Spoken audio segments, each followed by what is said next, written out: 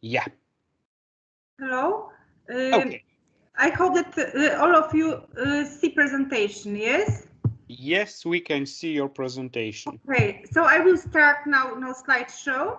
Okay, as Mateusz said, today's presentation is about sacred sites and rituals and social role of pilgrimages in Central Asia and the South Caucasus.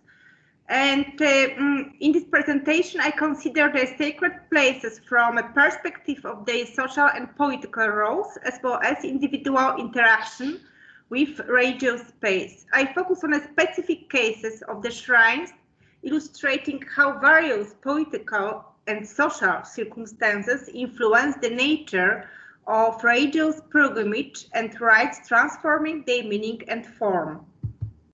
And first of all, I would like to say that there are a variety of names on sacred places in Central Asia and the Caucasus, but the most popular is the Mazar or Ziyaratgah, and Armenian, because also I will show a case of Armenian sacred place.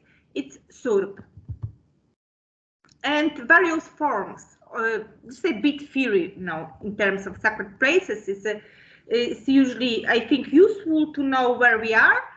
And the simplest can be a mound of stones over a gravesite, brook, a tree. A tree can also be decorated with both piece of cloth, a tomb of holy person of saint, Christian, Muslim, local saint, and real or imagined heroes adapted to Islam, Christianity, and legendary hidden figures who become saints. Some of them are also separate spaces only for women and only for men, but I will leave this topic for today's presentation. I will not touch this topic because it's another issue, very complicated and also interesting. Some places are widely known for the healing features, such as the treatment on infertility, various diseases, disabilities, and so on. Some places are created spontaneously and temporarily on the basis of one's dream or due to specific circumstances. After the Soviet Union collapse, many sacred places were renovated or recreated. Some new spots were erected by people. And some places presented here in this presentation were created by people just really at the ad hoc basis. Others are under the supervision of official institutions. In those less formal places, the rules are more flexible. They can be modified depending on the needs, legitimized by traditions, symbolism inherited from ancestors, but also based on newly emerged practices. This is quite important that we have something which is very dynamic, and sacred places themselves as a kind of barometer of social and political moods, as they belong to a specific time and place. But in most cases, they cannot be transferred to other countries, which is very interesting. So some practices can be transferred, but place itself, no. As my interlocutors, who are the migrants from Central Asia in Moscow, expressed, our mazars are not here because this is not our land. It is quite important that usually sacred place belongs to the particular place and time. And first of all, I would like to present Shia Sunni home shrine created by a woman who had a dream about this place and about other things as well, related to her personal life, and she created sacred place at the territory of her own home. So I came across this place really by accident, because I was traveling with two Polish journalists, and we actually we took wrong road, and we found out ourselves in a village Kesalo, which is Azerbaijani village in Georgia. I mean, populated by Azerbaijani community in Georgia, so-called Georgian Azerbaijanis, or Bochra Turks, also different terms to call this separate ethnic group. And we just found this shrine. What was really very interesting for me that this shrine was decorated in this way. So there are a lot of pictures there, like Ali, Hassan, Hussein, Khomeini, Khatamei, also Saint Mary. And I was convinced that it's a local Shia shrine. And I came back to interview a person who owns the shrine in 2020 during the pandemic. And I found out that she's Sunni actually. She's Sunni, but she created place for everybody to come. And people are coming, they make sacrifice, they make wishes, they believe that this person who is still alive, she has a healing abilities, and she has a barakah. What is very important, she's famous for having barakah, and she's a living person. So this shrine was created like 25 years ago. Of course, some people criticize her because she renamed herself as a Illaha. So people say that she should not do like that because Allah is a God.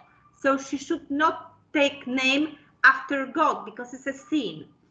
And however, there's a various dynamics in this village and villages which surrounded Kesalo.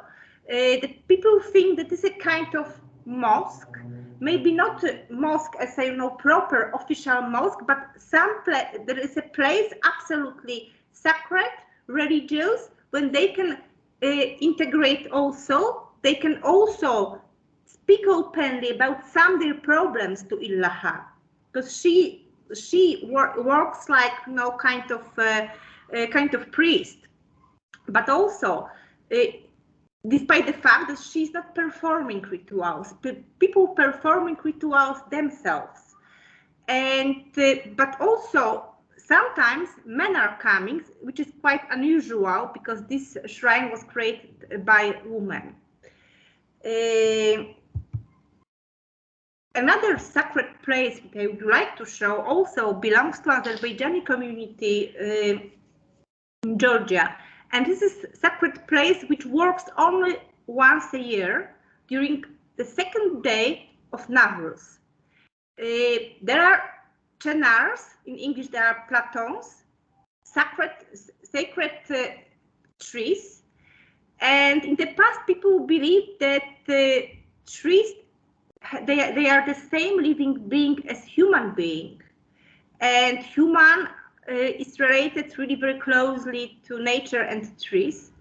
And once a year in this place, there is a ceremony, a very lavish ceremony, which is organized. And first time I visited this place in 2019, and it was really lavish ceremony. It was really a lot of joy, a lot of dance, a lot of music as well, apart from prayers. And a lot of people were coming. This place is surrounded usually by kind of market when the people selling various goods in this very day of second day of the Navruz. But this year, when I came with my colleague and friend Klaudia Kosicińska, who actually wrote a journalistic article on this place. And we came with Claudia and turned out there is no music. There is a silent and there's not too many people.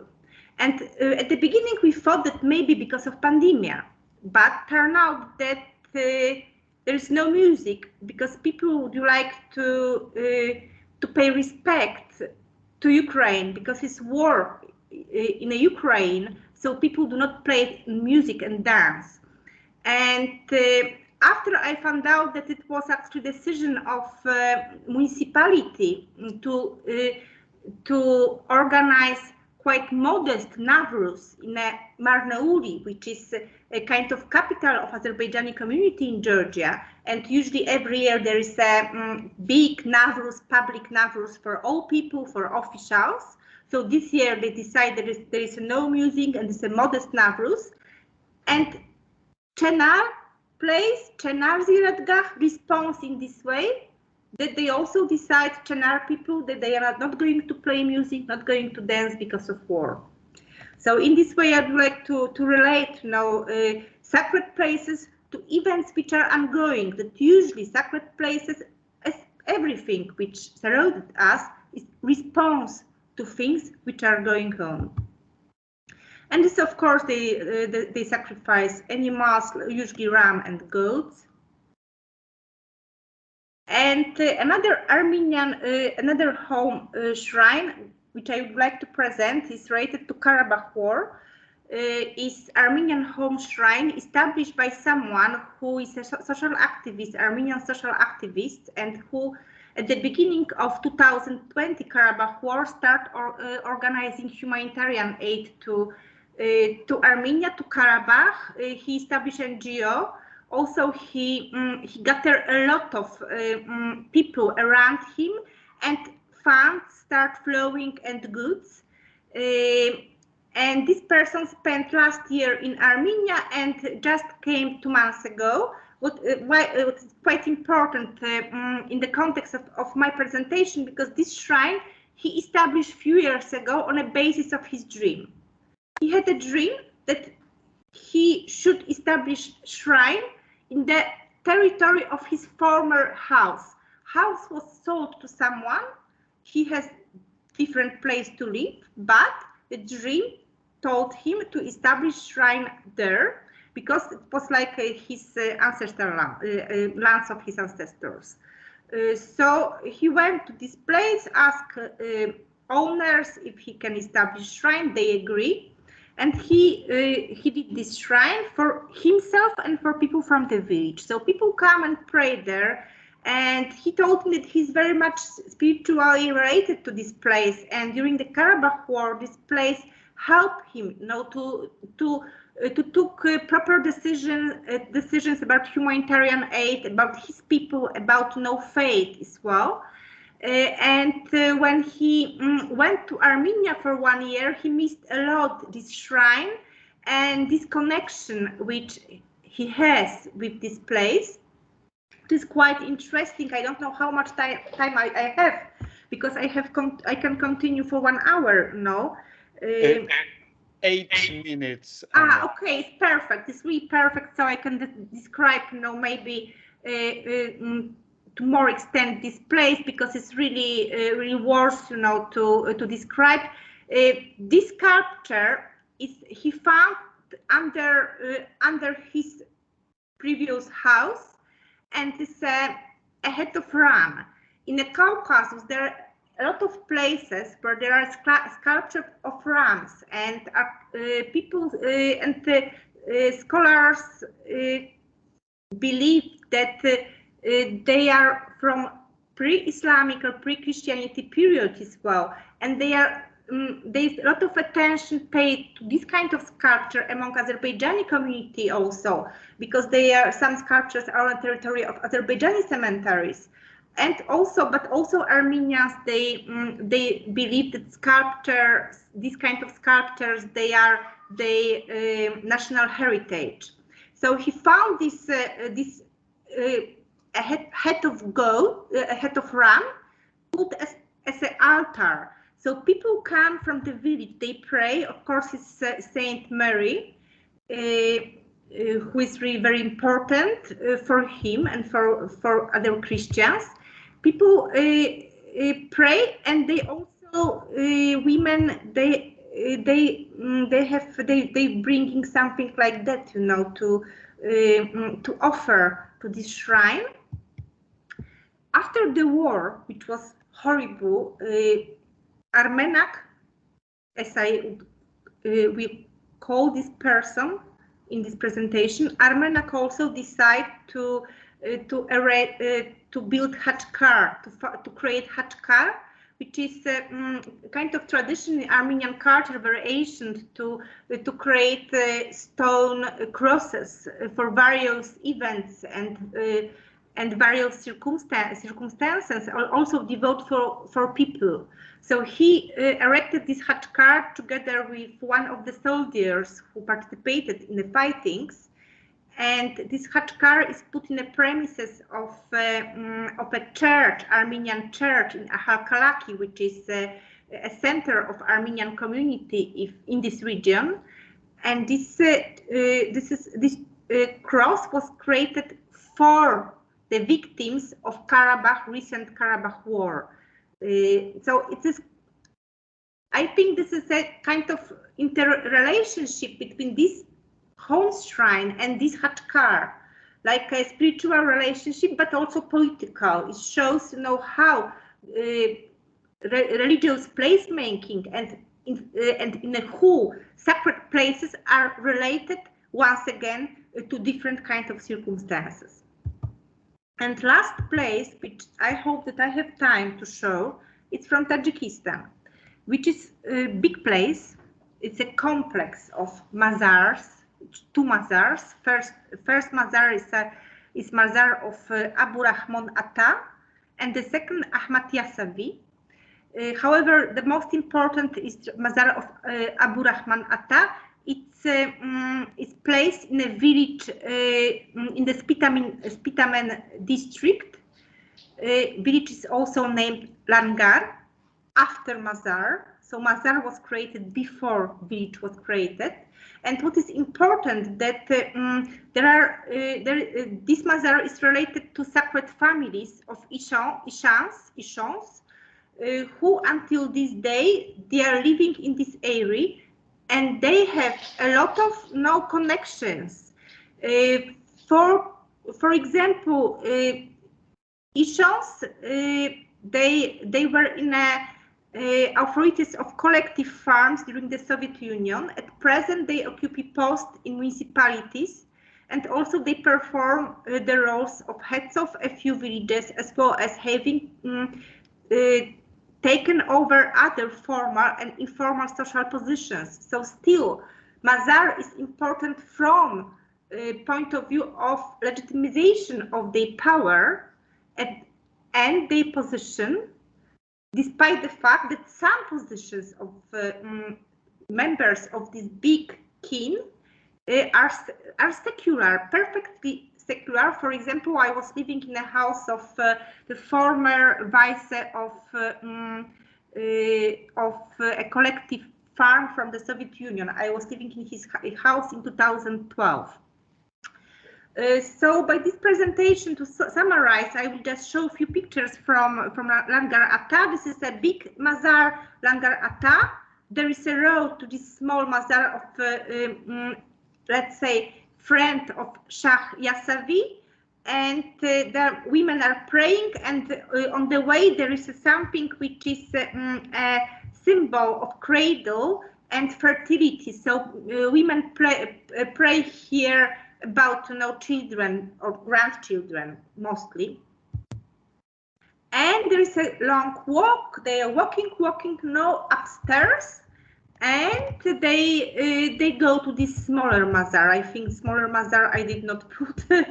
I'm sorry, I forgot. And there is a whole complex. Of course, people they can stay here overnight. They can organize a meal for different purposes, or sometimes there's during the Navruz there are hudoi organized, but sometimes they are coming to thank God for fulfilling their wishes, or to ask God to know about certain things which they for which they pray.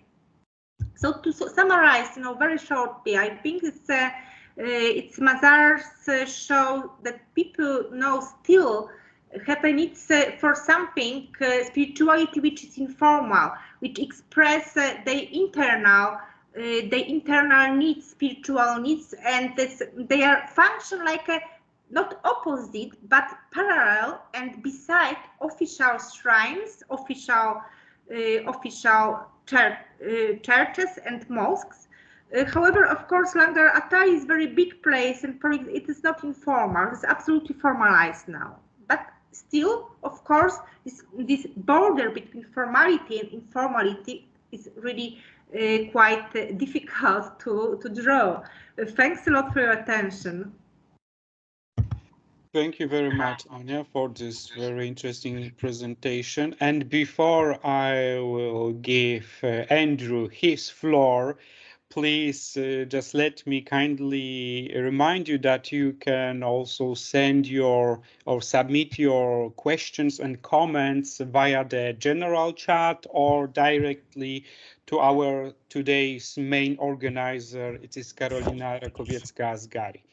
And our next speaker is Dr. Andrew Bush from Krakow University of Economics, and his today's lecture is entitled Mastura Ardalan's Fiqh for Women in Kurdistan. Andrew, the floor is yours. Thank you so much for that introduction, and thank you to the organizers for the invitation to present at this really exciting forum. The papers have been interesting so far, and I look forward to the last one. So the work of Mastura Ardalan has been marginalized in many ways, but there is now a growing effort to remember, not just in the sense of recall, but also to piece together again her work and to reassess its significance. As I make some preliminary remarks on a short treatise in law that she wrote in Persian in the 1830s, I want to identify a twofold struggle to let the law be what the law was for Mastura, rather than what contemporary secular common sense suggests it ought to be, and secondly, to let the company she kept with women be what it was, without projecting contemporary ideas of gender onto her own aspirations. So to begin, I want to offer a short biography. Born as Ma Sharaf Khanum in Sinadaj in 1805, Mastura Ardalan's reputation is generally staked on the combination of her poetic output, which includes Persian verse as well as verse in two dialects of Kurdish, and an historical work about the Ardalan Emirate, which she almost completed before her death in the city of Suleimani in what is now Iraqi Kurdistan in 1847. She was born into a family prominent for its status within the Qadri Tariqat, and also affiliated with the Ardalan rulers. And she received an education that encompassed the usual topics of the Islamic sciences, including poetry. In a series of events that can feel quite different depending on which source one consults, she was married to the reigning emir of the Ardalan Emirate, Khasraw Khan Nakam, and her prominent place in his court is what earned her the laqab Mastura Ardalan. According to a narrator like Dr. Muhammad Siddiqui Muftizada, whose addresses from the Radio Tehran have been recently published in Kurdistan, the marriage was built around a mutual affection for poetry and commitment to the disciplined writing of poetry, in which, as he put it, quote, "it was difficult to tell who was the lover and who was the beloved," unquote. But according to others, the marriage was the result of a cruel plot in which Khasraw Khan imprisoned members of Mastura's family until her father agreed to the marriage. So the combination of truth and fantasy there deserves more attention that we'll give it in due time.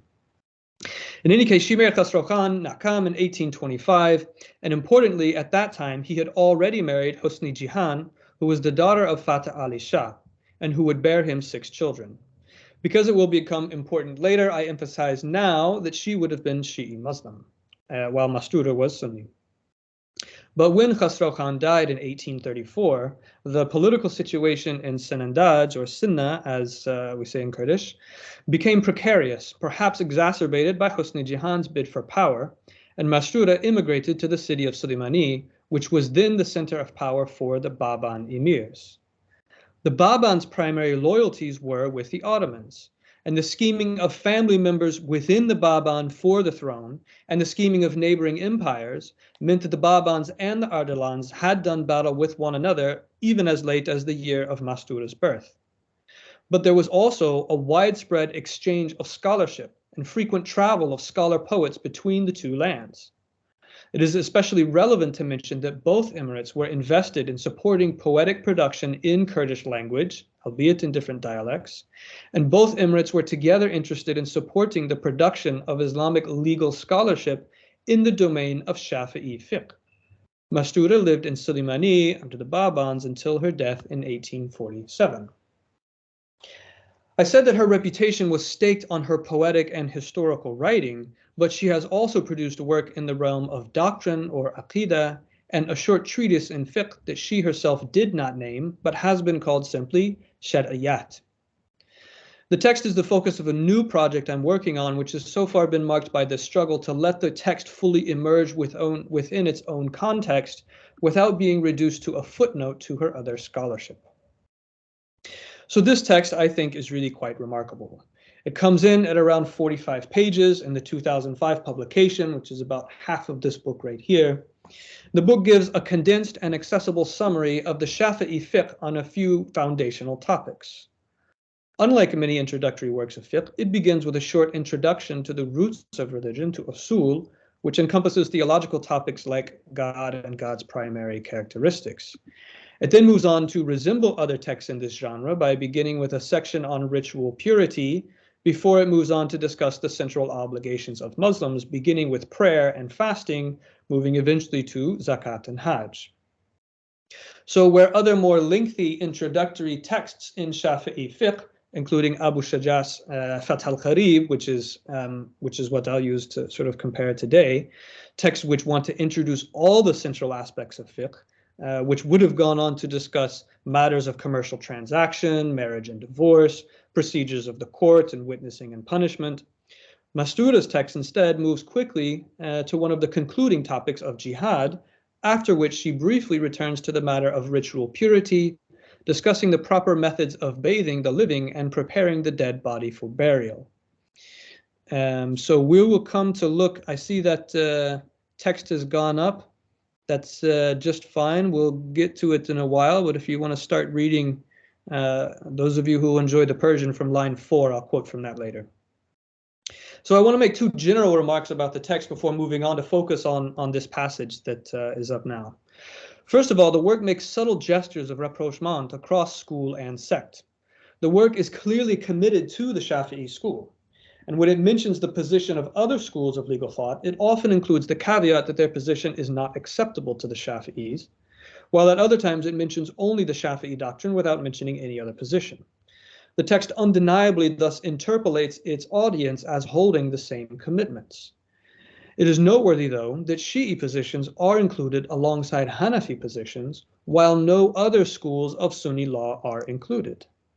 This seems to me to indicate that it was written for an audience that would be familiar with Shi'i practices. The text offers clear knowledge of distinctions and sometimes with a rationale for the difference, and gives little motivation for resentment to the reader. Reading the text, I am tempted to imagine not only that Shafi'i readers would be better able to understand what counts as correct practice for themselves, but also better able to recognize what their Shi'i friends regard as correct practice. So consider an example in the section on what invalidates the ritual purity for prayer, in which she contrasts the Shafi'i, Hanafi, and Shi'i positions. I'll read you about 3 or 4 lines, quote, and this is not what's in front of you, this is something else. Hanafis consider that any excretion from the body invalidates it, and I'll skip the list of those excretions, but Shafi'i scholars do not agree with this position, and Imamate scholars do not consider either touching one's own body or touching someone who is not mahram to invalidate the purity. Yet, Shafi'is are totally opposed to this, considering it an unreliable position and a very weak opinion, end quote. Of course, this is a very strong statement against the Shi'i position, but it is the strength that is merely appropriate to any legal claim.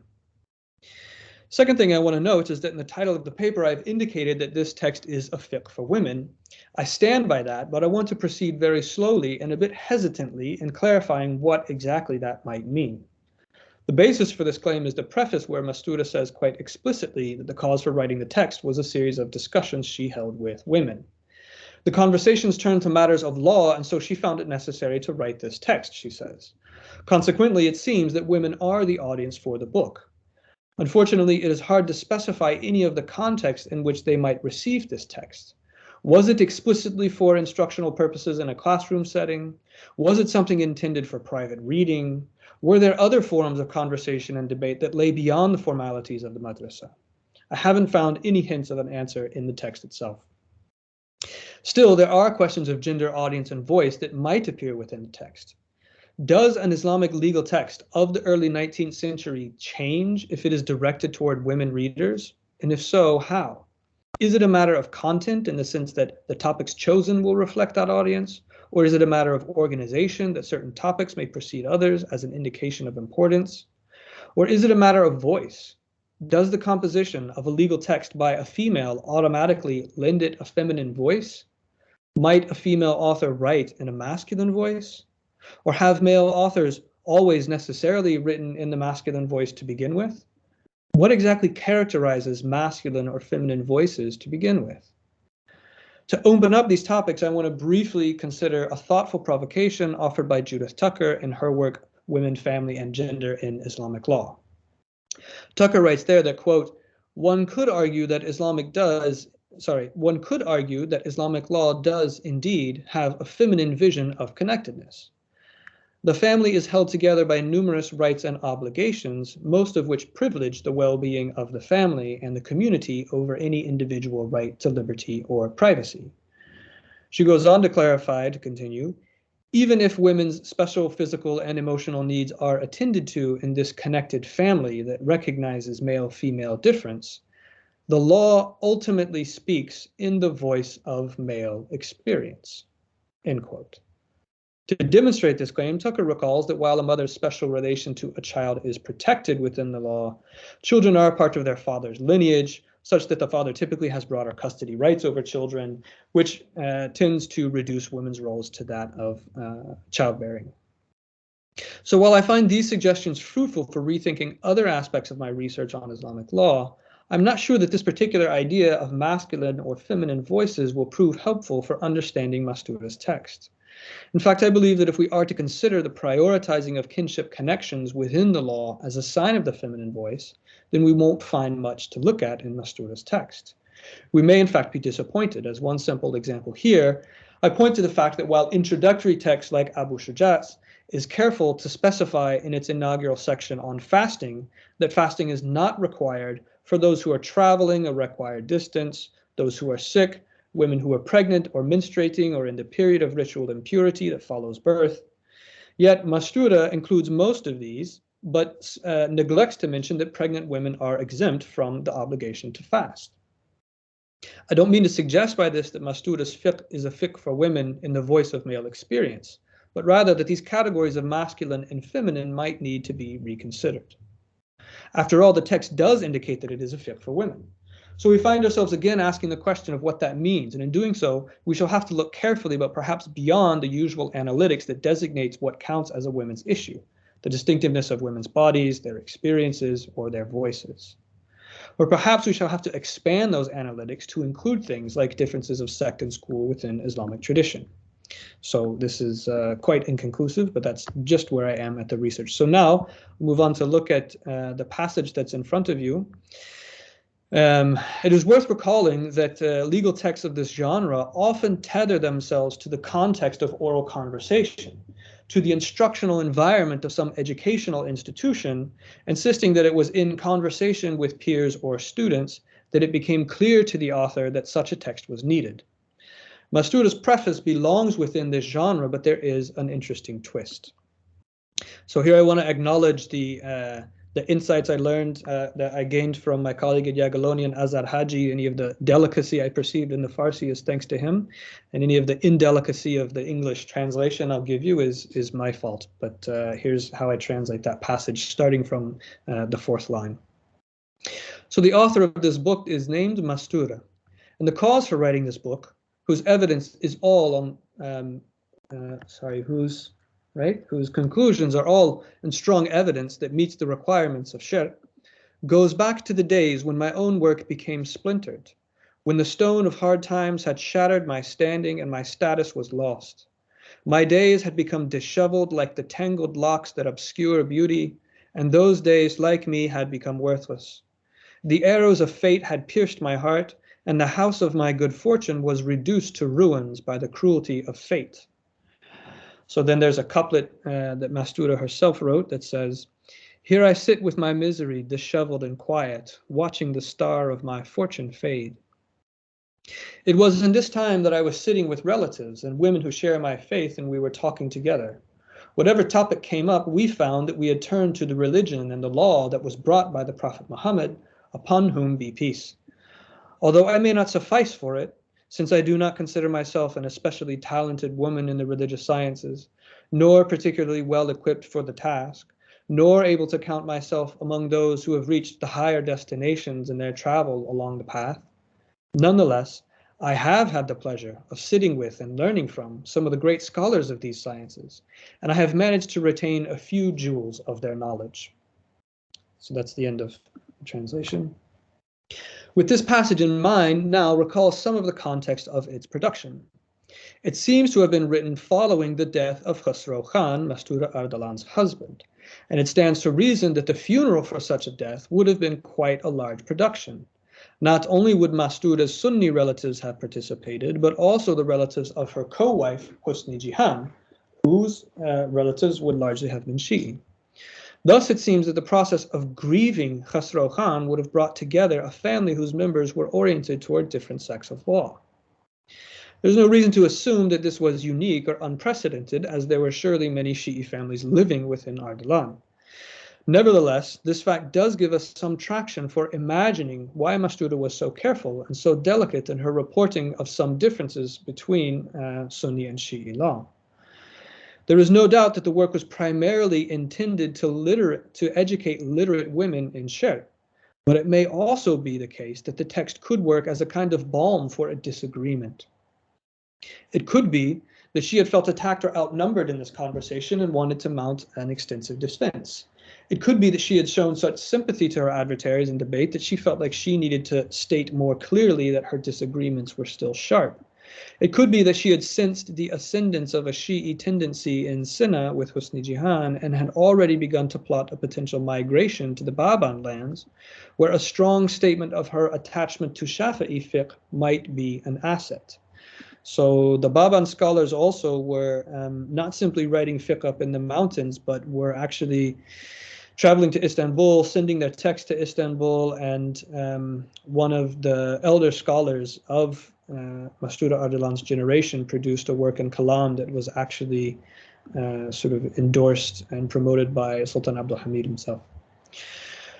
So, of course, the fact that this text may have this political context presents a dangerous temptation for our understanding of the text.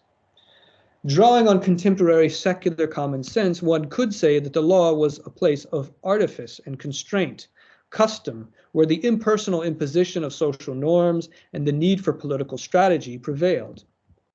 One could contrast that then to the poetic outputs of Mastura Ardalan, which was a venue for individual creativity, freedom, or transformation.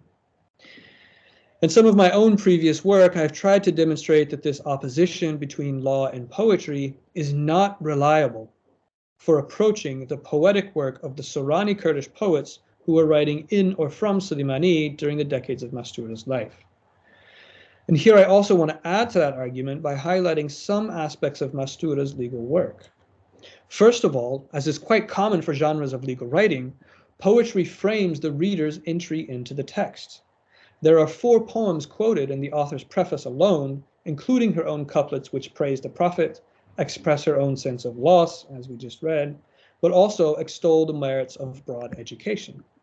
Thus, immediately following the passage that I quoted at length, there is a couplet attributed to Sa'di that says, "There is some joy to take from every corner, as from every harvest a cluster." That couplet underlines the poetic impulse to gather knowledge of every kind, just as Mastura had sat at the feet of great scholars learning from their wisdom. Rather than an opposition between law and poetry, it highlights a confluence. Second, and more importantly, I think, it is the same sense of loss which frames much of Mastura's elegiac poetry that here frames her legal work as well. It is the poems of mourning written after Khosrow Khan's death that have been the subject of much attention and admiration in contemporary scholarship. And assuming that this text was, in fact, written following the death of Khosrow Khan, then despite the fact that Mastura does not state it as such, then the text does raise the very interesting prospect, and I'll say this is the most interesting thing I have to say, and I'll conclude with just these sentences, that law could be a genre of grief and mourning, or law could be a genre of consolation. After all, the law is what ties the daily ritual of prayer to the events of death and resurrection. And it ties fasting, which has no rewards in this life, to a divine reward in the afterlife. It is not only a matter of divine command, but of practical daily significance. So, risking a bit of conjecture, one could imagine how at the moment that Mastura's good fortune was reduced to ruins, when her experience of the world was of instability and insecurity, there might be some comfort in securing the daily ritual of prayer and recalling its relation to death and resurrection. But to imagine law as consolation or mourning, we have to set aside the very secular prejudice that law is anti-sentimental, or that religion is the realm of feeling and fiction. We should rather understand that for Mastura, religious law was simultaneously a matter of truth, revelation, and evidence-based reasoning, and a part of a life that she shared with a group of women who were inclined to speak of the law from their different orientations of sect and school, even as they sat together in mourning. Thank you very much. I look forward to your thoughts and comments. Thank you very much for this very, very riveting and intriguing paper. And I'm sure there will be plenty of comments and questions. Our last panelist is Dr. Magdalena Rodziewicz from Warsaw, from University of Warsaw, who is going to speak or talk about negotiating moral concepts in Iranian cinema. So, Dr. Rodziewicz, the floor is yours. Yes, thank you. Thank you very much. Sorry for, I wanted to, yeah, thank you. It's a pleasure to be a part of this event. I wanted to share my presentation, but I'm not sure if this would work. So if you just give me 1 minute, or maybe Carolina can do it for me, because yesterday it worked actually very well, and today it doesn't really. So sure, if you have any problems, just send it to me, okay? Yeah, I did yesterday. Okay. Let me share, because what I'm not now sharing, you have yeah, to. we can see it. Okay, see it. Great. Okay, so I will just ask again if the slides change. They change, but yes. Well, let's not lose our time. So in my short speech today, I'm going to talk about Iranian cinema and the way Iranian filmmakers attempt to negotiate some of the traditional culturally based moral concepts, and in particular, I'm going to focus on the notion of oberu, which is believed to be one of the most distinctive concepts of Iranian culture. And despite some reluctance to acknowledge the still strong importance that oberu is given in Iranian society, that I have encountered among some of my interlocutors during the last years, both academic and not academic. As cinema had proven me, oberu and the daily attempts to preserve it, sometimes at all costs, are still considered an important aspect of social life in Iran. And at the same time, this very same cinema also confirms that Iranians themselves are questioning and challenging its understanding, trying to give it a new dimension, renegotiate its place and status, and finally initiate a reflection on the moral judgments of actions motivated by the extensive attachment to oberu. Okay. Did it change the slide? Yes, it did, or Yep. has. Thank you. So oberu can be studied from at least two main perspectives. As a moral value, with its rich and extensive presence in didactic literature, poetry, and religious doctrine, where it represents a virtue, and on a more practical level as a cultural social schema that is a culturally based pattern of behavior that influences people's action, shapes and motivates their daily attitudes and affects their decisions. In contemporary Persian language, the term oberu is used to denote the meaning of good reputation, good social image, social standing, public face, sometimes even honor and dignity that a man keeps in the eyes of the others. Its possession often translates into respect, credibility, and social esteem, which in turn can affect and contribute to a person's social existence in a community. The concept of Obru has many aspects, obviously, and manifests itself on many levels of social life of individuals and groups. Although it is generally not gender-based, one of its aspects reveals itself in the context of male-female relations and should be studied along with other moral concepts such as mardonegi, nomus, khairat. However, in a broader sense, it more commonly refers to the overall image of a person in the eyes of other people. Obru is, however, a very delicate construct of people's social and moral imagination and can be easily violated, not only by certain immoral or shameful behavior, but also by the failure to meet social expectations or even objective events. It may involve the failure to defend one's family honor, but it may also become significant in very trivial situations, such as serving spoiled food during a visit of a guest or being approached by a creditor who has been noticed by a neighbor. Therefore, the conceptual spectrum here is very wide. The degree of attachment to Obru varies among Iranian society, just as the consequences of its loss may be different. In smaller, more traditional communities, losing the Obru of the family can result in problems at work, the inability to establish proper social relationships, or may jeopardize the chances of a daughter marrying well. For some, its violation might become a reason for the so-called honor-based violence. For others, it will only arouse an unpleasant sense of shame or discomfort.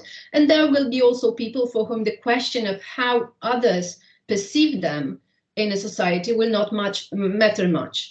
Now, a more individualistic approach to human needs, loosening of traditional community ties, education, enrichment, migration, and what we define broadly as modernity have caused some of traditional values such as Obru and its practical implementation to transform and come into question.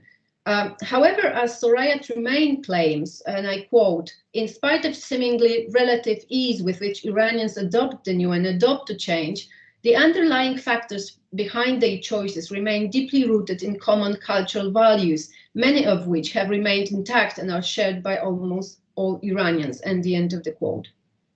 Now, I believe that attachment to the imperative of maintaining Obru, the social image, good reputation, public face of a person, is among these values which, although belonging to a more traditional worldview or order, are still firmly rooted in Iranian mentality. Although the debate on moral condition of Iranian society is actually taking place in a public space in Iran, Iranian cinema has also taken a very difficult role of addressing moral challenges Iranians face in the modern world that arise, among others, from the encounter between traditional values and concepts, culturally based behavioral models of masculinity, femininity, and the new readings caused by the needs of and determinants of modern life. It does that by depicting a certain uncertainty and confusion in the space of morality caused by this discrepancy. The way Iranian filmmakers try to deal with the notion of Obru and its personal and social implementation is obviously very complex and diverse. And in my talk, I will highlight only one certain aspect, focusing on how they try to negotiate the presence of the notion among the people by creating characters entangled in moral dilemmas and depicting the consequences that some of the characters' decisions bring. The structure of the films I have chosen is often very similar and based on a format, let's say, classical tragedy, as we know it from Aristotle's Poetics, in which the protagonist, who is neither bad not too good, but ordinary in the sense that the viewer can easily identify with him, is faced with serious moral dilemma, a situation in which there is in fact no good solution, and every decision the character makes leads to his downfall. Due to the limited time available, I will refer selectively to only a few film productions, although it should be said that quite a few films dealing with the question of Obru as a main topic in recent years have been produced. So my today's choice include Asghar Farhadi's films about Ali, the salesman, and his new production, hero, The Butterfly Stroke by Mohammad Kart, and the film Son Mother by Mehnos Mohammadi. The departure point of my considerations today is the claim that recent years have brought a novel approach to the subject of morality and new attempts to deal with culturally fixed moral notions and that traditionally organize the life of a community, and which in recent years started to be challenged, even considered a burden and difficulty for the Iranians themselves. However, it should be emphasized that this does not mean that in the past Iranian artists, writers, poets, intellectuals have not questioned the over-attachment of Iranians to Oberu or criticized actions motivated by the desire to preserve it, because they did, especially in work of satire. But in the cinema, especially pre-revolutionary one, where the dominant narrative depicted Oberu as kind of unquestionable element of Iran's social reality and showed a legitimate struggle to preserve it. Regaining Oberu was bringing order to characters' lives and was often perceived as the right thing to do. In these social films, the one that I analyze here, Oberu that is good reputation, positive social image, is presented as a kind of self-evidence, a value that is only talked about and for which one worries when it's threatened. So the threat of losing Oberu often becomes the axis of the plot. The films analyze, in these films we are actually faced with twofold situation. The protagonists are experiencing the fear of losing their Oberu in the eyes of others, or they are already facing a situation in which their Oberu has been somehow violated. Both situations force the characters, the protagonists, to act. As such, threatened or damaged Oberu becomes the motivational force, and no one, in fact, in the face of a threat of Oberu violation remains passive. The characters do not, however, act with complete confidence in the validity of their choices.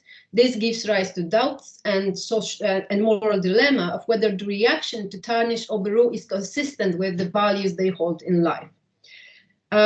In the stories, protagonists Oberu is compromised in various situations. In About Ellie, we are faced with two-dimensional Oberu threat. Ellie's disappearance, the fact that the group of friends did not know her at all but took her on a trip, and the discovery of the fact that she was engaged put them in a difficult position and exposes their image in the eyes of the police and her fiancé. On the other hand, fiancé arrival becomes a threat to the Oberu of Ellie even after her death. So the girl, despite being engaged, went on a trip whose purpose was to set her up with another man. In The Salesman, Farhadi narrates a story of a young married couple whose peaceful and happy life is shattered by a random event. A stranger invading their home and attacking the woman, Rana. And this attacks on couple's harem khasusi initiates a situation in which both protagonists, in their own way, feel that their Oberu got violated. Oh, sorry. Yeah, okay. Rana's Oberu, by her carelessness and letting a strange man into the apartment, and Emmat's through his failure to defend his wife and to hold the person responsible for that attack on his normals. In the film Son Mother, Mehnos Mohammadi follows the story of a young widow who hardly manages to provide for her children. The man who wants to marry her sets the condition that the woman cannot take her around 8 or 10 years old son with her. The man has a daughter and fears that the presence of a boy in his home will jeopardize his family Oberu, initiate harfe mardom, that is people's talk, and eventually bury the girl's chances of future marriage.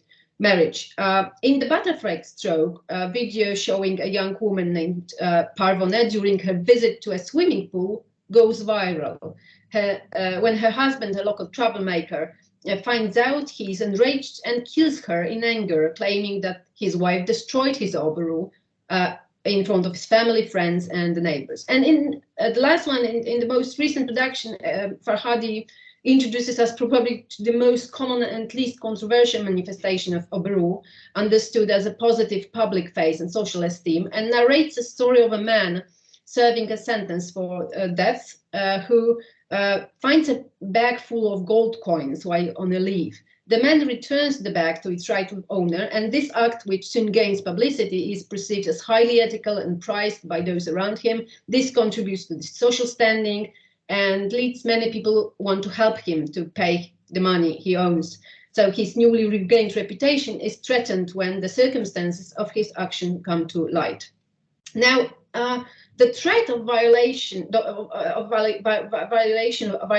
Obaru raises a certain moral dilemma for all the characters. The group of friends from the film about Ellie can either save the dead girl reputation or save their own face by exposing her misbehavior and the fact that she did not tell them the whole truth. Emmet, although a cultured man, an artist leading a modern life, against his values, develops a desire for revenge. A mother who clearly loves her son has to choose between living in poverty and the chance to start a new life, which in long term can help her provide a decent life for both of the children. And the protagonist of a hero who has freshly recovered his Obaru has a chance to change his life, go out of jail, but it's obviously not possible without making tough decisions. Actions taken to defend or save Obaru by the characters are various. The protagonists hide the truth or lie. And that is what we witnessed in the film about Ellie, when all the protagonists are in fact forced to conceal what they know about Ellie in front of her fiancé to save their own face. Concealing the truth in order to save good reputation and social standing is what the protagonists of the film, the salesmen, do as well. Bobak, a couple's friend, does not reveal the whole truth about the previous tenant of the flat, which actually is a reason for the attack. And Rana hides what really happened to her. A protagonist of a hero, although his quest for Obaru differs a bit in nature, in order to preserve his newly regained social status, conceals the circumstances of his generous act. Another way protagonists react to the face of endangered Obaru is they are forced to sacrifice other values. Sepide, one of the main characters of the movie about Ellie, sacrifices the reputation of the dead girl, her friend, in the eyes of her fiancé by denying that she had known about her personal situation. Emmet risks his marriage, the future of his marriage, by acting against his wife's will, compromises his own integrity, and eventually also the life and reputation of a man who accidentally barged into the flat. A mother abandons her own child by dropping the boy off at boarding school for deaf kids and forcing him to pretend one. However, the most radical measures the protagonists take to defend their Obaru is revenge. Emmet, from the salesman, driven by his growing desire for damage compensation and his compromised honor, tracks the man and lures him into the empty apartment and forces him to admit to his fatal mistake. However, Hattie's confession, the old man's confession, does not satisfy him, and Emmet wants to get even at all costs and decides to repay the man with the same harm that he feels has been done to him. Another hero who takes revenge is Hojat from the Butterfly Stroke, who on his own account is looking for those guilty of destroying the good name of his sister-in-law. Now, an important aspect of this new approach undertaken by Iranian filmmakers is addressing the consequences of protagonist actions and choices aimed at either defending Obaru or trying to regain it. Obaru violation affects the life of a protagonist, but the actions taken do not bring them peace, but on the contrary, lead to a more chaos and uncertainty. As a result, the protagonists not only often act against their own conviction, which we learn about by observing their lives before the critical event, but they're also forced to sacrifice other values. Their actions they take in some cases also lead to violence, not necessarily physical one, suffering and harm done to other people. The actions taken by the characters are conditioned by the strength of attachment to Oberu and the belief in an undeniable value. It's undeniable value, but are also motivated by social expectations of people around them.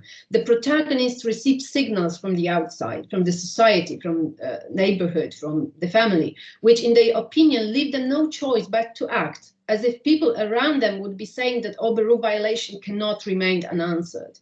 One of Sepide's friends says, if this man finds out why we brought her, she means Ellie, north, harm will be done. Another one complains, we will all have problems.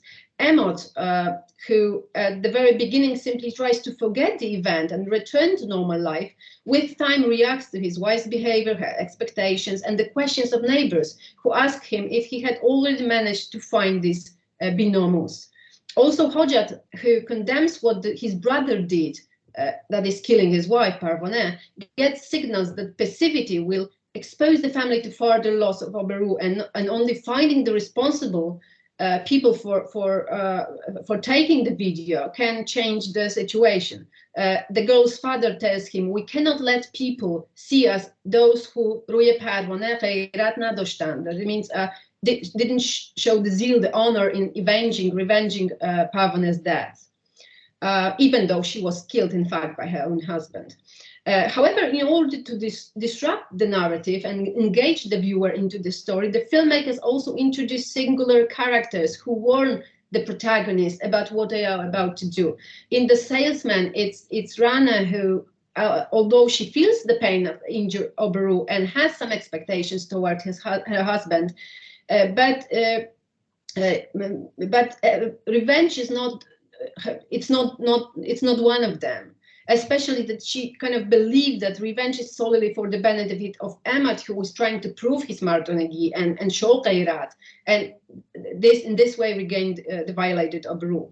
In The Butterfly Stroke, it is Hojat brothers-in-law, who argues that there is, and he says there is no end to what you do. He says in Mojaro Tai Nadore, referring to the vicious circle of violence. The violation of characters Oberu brings chaos into their life, which they try to control through various means. However, none of the measures bring them peace and leads to the restoration of the shattered order. On the contrary, it leads to further harm, destruction, and the damage of other values. It also gives rise to emotional and physical violence. At the same time, the situation presented in the films are neither easy nor obvious, and the imperative to preserve Oberu or to react to its violation awakens in the characters as it were independently of them or deeply hidden in their subconsciousness. It activates in reaction to the behavior of other people as well, external judgments, small gesture they notice. Attention is therefore drawn to the role of society, other people's expectations and judgments, and how Iranians call it harfe mardom, people's talk.